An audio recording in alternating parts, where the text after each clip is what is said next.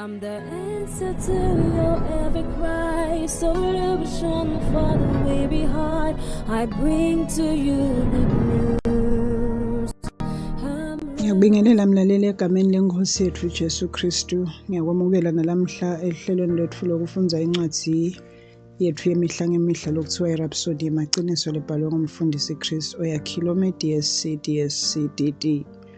Lamhla ngumsombuluko ku-22 kuyo inyanga yenhlaba ku-2026. Sihloko salamhla ke sithi bamba imatomu emtimba wakho. Livesi lekuvula ke silithola encwadini yokuqala kubaseKorinte esahluko sesithupha livesi le-19 lithi anadini ukuthi umtimba wenu ulithembele lamoya longcwele nekuthi anisibo benu.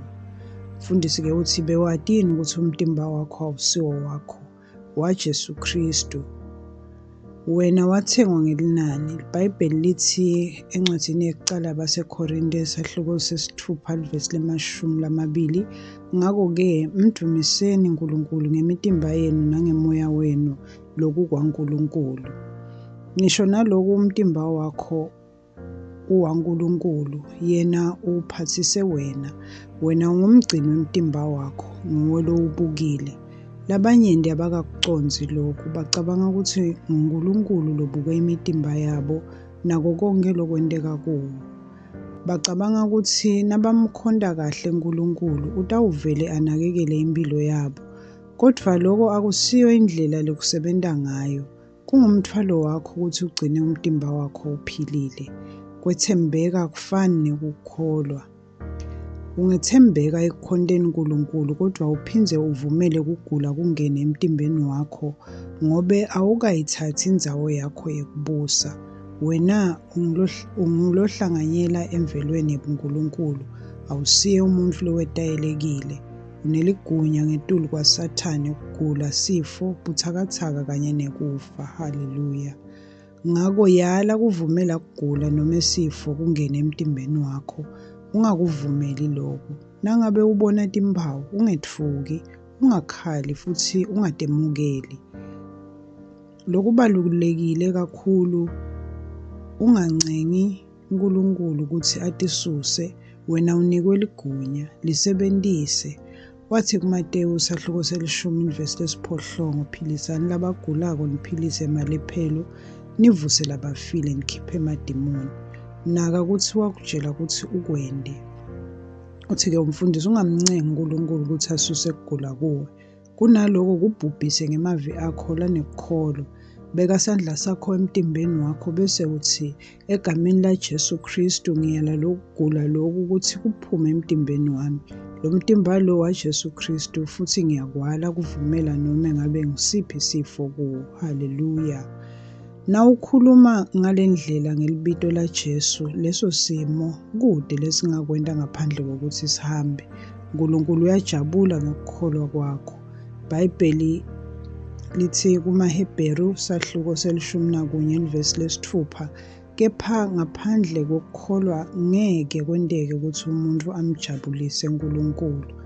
Awukhali ngenxa yokugula, usebenzisa amandla akho etikwakho. Sebenzisa livi kude ugcine umtimba wakho uphilile. Lokhu kuyinthando yaNkulunkulu ngawe. Haleluya. Incwadi yaJohane yesithathu sahluko sekuqala livesi le-2 ithi wena lothandzekako ngifisa ngetulu kwako konke ukuthi uphumelele futhi ube nempilo lenhle njengoba nemphefumulo wakho uphumelele. Haleluya. Naku kuvuma ke mlaleli wena utawushwa emva kwami. Thani nginempilo yaNkulunkulu kimi futhi igcwele wonke umtimba wami. Kugula, sifo kanye nekuba buthakathaka kude indzawo kimi ngoba umtimba wami ulithembele lamoya longcwele.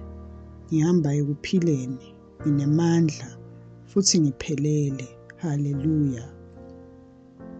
Uqhubeka nesifundo kemlaleli utafundza incwadi yeTaga sahluko sesine livesi le-20 kuya evesini le-22. Incwadi yabaseRoma sahluko sesiphohlongo livesi le-10 kuya evesini le-11 kanye nencwadi yokuqala yaPetro sahluko sesibili livesi le-20 nakune kulo lihumusho le-NIV. Bese-ke kuselihlelweni lwethu futhi lokufundza iBhayibheli ngeminyaka munye. Lamhla kufundwa incwadi yemisebenzi yabapostoli sahluko selishumi ivesi lekucala kuye evesini le-23 kanye nencwadi ya-Ezra sahluko sesine kuye esahlukweni sesithupha.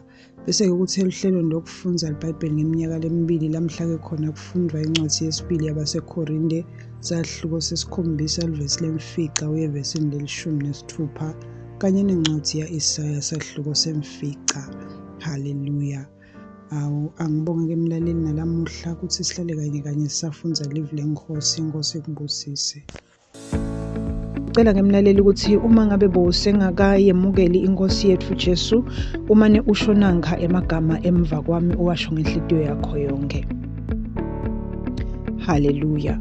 Thani Nkosi uNkulunkulu, ngiyakholelwa ngayo yonke inhliziyo yami eNkosini Jesu Kristu, indvodzana yaNkulunkulu lophilako.